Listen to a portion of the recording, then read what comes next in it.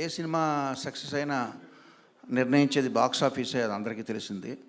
కానీ ఈ సినిమాకి మాత్రం ముఖ్యంగా నేను కంగ్రాచులేట్ చేయాల్సింది ప్రొడ్యూసర్ అండ్ డైరెక్టర్ని. శ్రీనివాస్ గారు, సంక్రాంతికి రిలీజ్ చేద్దామని మీరు నిర్ణయించుకున్నారు, సంకల్పించారు, అనుకున్న పని సాధించారు, కాబట్టి మీకు కంగ్రాట్స్ అండి. విజయ్, సంక్రాంతికి రిలీజ్ చేద్దాం అనుకోవడమే కాదు, అలా అని చెప్పి వన్ ఇయర్ ముందు పెట్టే ప్రివిలేజ్ లేదు.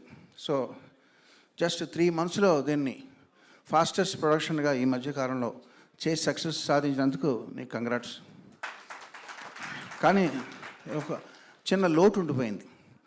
శ్రీను గారు, నేను ఆర్టీసీ క్రాడ్ షోస్లో దేవి థియేటర్లో సినిమా చూశాను, ఆడియన్స్ దగ్గర చూసి ఎంజాయ్ చేశానండి. మనం కలిసి మన కొవ్వూరులోనో రాజమండ్రిలోనో చూడాలి, అది చూడలేకపోయాం, ఆ లోటు ఉండిపోయింది. అలాగే విజయ్, నేను మైసూర్ వచ్చాను కంపోజింగ్కి. వచ్చినప్పుడు మనం కార్డ్స్ గేమ్ ప్లాన్ చేసాం, నువ్వు బాగా బిజీగా ఉన్నావు, సో మనం ఆడుకోలేకపోయాం, అదొక లోటు ఉండిపోయింది. But for that I'm very happy. మీ ఇద్దరికి కంగ్రాట్స్ చెప్పాలి, నాగార్జున గారికి కంగ్రాట్స్ చెప్పకూడదు, ఎందుకంటే ఆయనకు థ్యాంక్స్ చెప్పాలి. ఎందుకంటే కొత్త టాలెంట్ని పదే పదే నమ్మకం ఉంచి మన టీం వర్క్ని నమ్మి ఆయన మనకు ఎంత ఫ్రీడమ్ ఇచ్చినందుకు thank you very much sir for repeatedly believing in our talent. And ఈ సినిమా నవరసభరితమైన సినిమాగా వచ్చింది, బట్ అందులో నవరసాలు అంటే ఏడుపు కూడా ఉండాలిగా. నరేష్ గారు బాగా ఏడిపించారు మమ్మల్ని.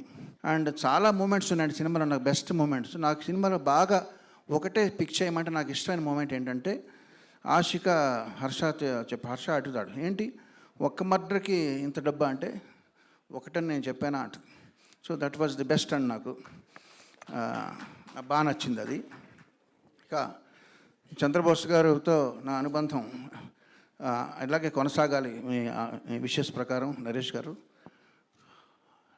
ముఖ్యంగా నేను చెప్పేది ఏంటంటే, విజయ్, నాకు స్ట్రైక్ అయింది అంటే, మనం రోజు చూసేది మన ఇంటి పక్క చెట్టు పెరట్లో చెట్టుకి విలువ లేదంటారు. అలాగా మనం ఎప్పుడు మనతోనే ఉంటారు కదా అని మర్చిపోయి ఓ పేరు.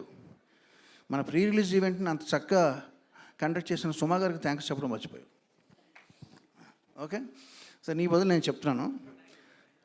ఇప్పుడు ఇది మూడు నెలల్లో కంప్లీట్ చేయాలన్నప్పుడు రికార్డింగ్ కూడా మాకు 10 రోజులు ఇచ్చారండి చేయమని.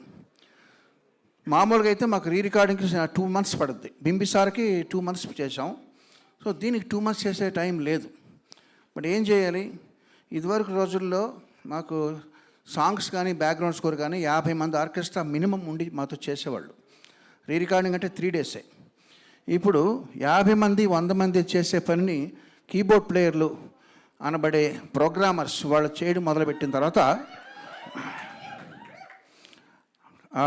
ప్రోగ్రామర్స్ తల మీద ఎంత భారం పడుతుందంటే, నాకు ఒక్క కీబోర్డ్ ప్లేయర్ నాకు మెయిన్గా చేస్తాడు, జీవన్ తన పేరు. నేను జీవన్ నమ్ముకున్నానంటే, ఎవరది? Okay, thank you. నేను జీవన్ నమ్ముకుంటే ఈ సినిమా వరకు కుక్కతోక బట్టి గోదావరి ఈదినట్టే.